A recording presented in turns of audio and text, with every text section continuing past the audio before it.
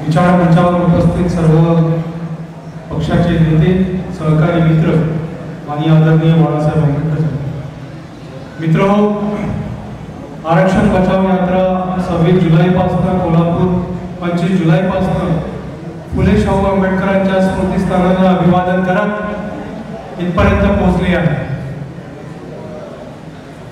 ज्या स्थळांना अभिवादन करत ही यात्रा इथपर्यंत आली, त्या फुले शाहू आंबेडकरांनी आरक्षणाची लढाई आपल्याला लढलेली दिसते। महात्मा फुल्यांनी कैफियत ब्रिटिशांकडे मांडली, शाहू महाराजांनी तसा ठराव केला, बाबासाहेबांनी तसा संविधानामध्ये तरतूद केली। ओबीसीच्या आरक्षणाची लढाई 1993 मध्ये आपल्याला फलश्रुत झालेली दिसते आणि एका पिढीमध्ये 30 वर्षाच्या कालावधीमध्ये जे प्रस्थापित आहेत त्यांच्या पुढाखाली आग लागलेली आपल्याला दिसून येते। एक पिढीने आपल्या आरक्षणाचा फायदा घेतला, ओबीसीच्या आरक्षणाचा, आणि या सत्ता प्रस्थापित पक्षांना आग लागली, घाई झाली आहे आरक्षण संपवण्याची।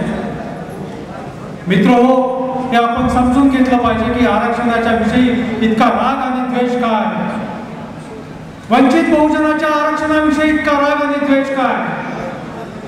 आरक्षणाच्या माध्यमातून आपण जाती अंताच्या लढाईकडे चाललो आहोत। जो वर्ग फुले शाहू आंबेडकरांना मानत नव्हता, जो फुले शाहू आंबेडकरी विचारांना मानत नव्हता, आरक्षणाच्या माध्यमातून हा वर्ग अनुसूचित जाती जमाती आणि ओबीसी वर्ग एकत्र येत आहे, इथल्या प्रस्थापितांना चॅलेंज देत आहे, हे त्यांना नको आहे। आणि म्हणून ज्या ज्या वर्गाने आरक्षणाचा लाभ घेतलाय त्या वर्गांना यातून व्यवस्थेतून बाहेर करायचं, त्यांना आरक्षणाचा लाभ मिळू द्यायचा नाही, इथली जाती व्यवस्था टिकवून ठेवायची, त्याच्यासाठीचा षडयंत्र आहे, हे आपण समजून घेतलं पाहिजे। एक पिढी झाली, 30 वर्षाचा कालावधी झाला आणि यांना आरक्षण नाकारायचं। मित्रो, आरक्षण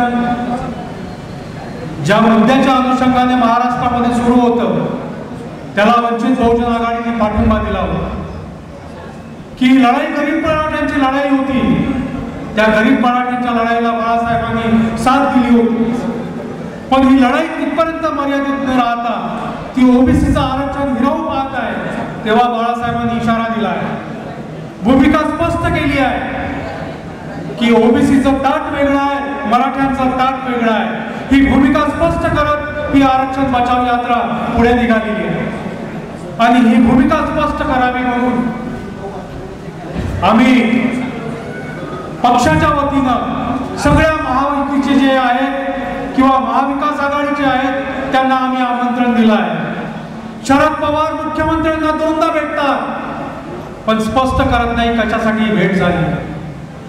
महाविकास आघाडीचे नेते स्पष्ट करत नाही की ओबीसीचं आरक्षण हे वेगळं कसं असणार आहे। महायुतीच्या ओबीसीच्या नेत्यांना विचारावा हा प्रश्न तर ते दिल्लीकडे बोट दाखवतात। तेव्हा जे जे पक्ष या संदर्भामध्ये नरोवा कंजरोवा भूमिका घेत आहेत त्यांना आपण निर्धार केला पाहिजे की स्पष्ट भूमिका जर नसेल तर आम्ही तुम्हाला मतदान करणार नाही।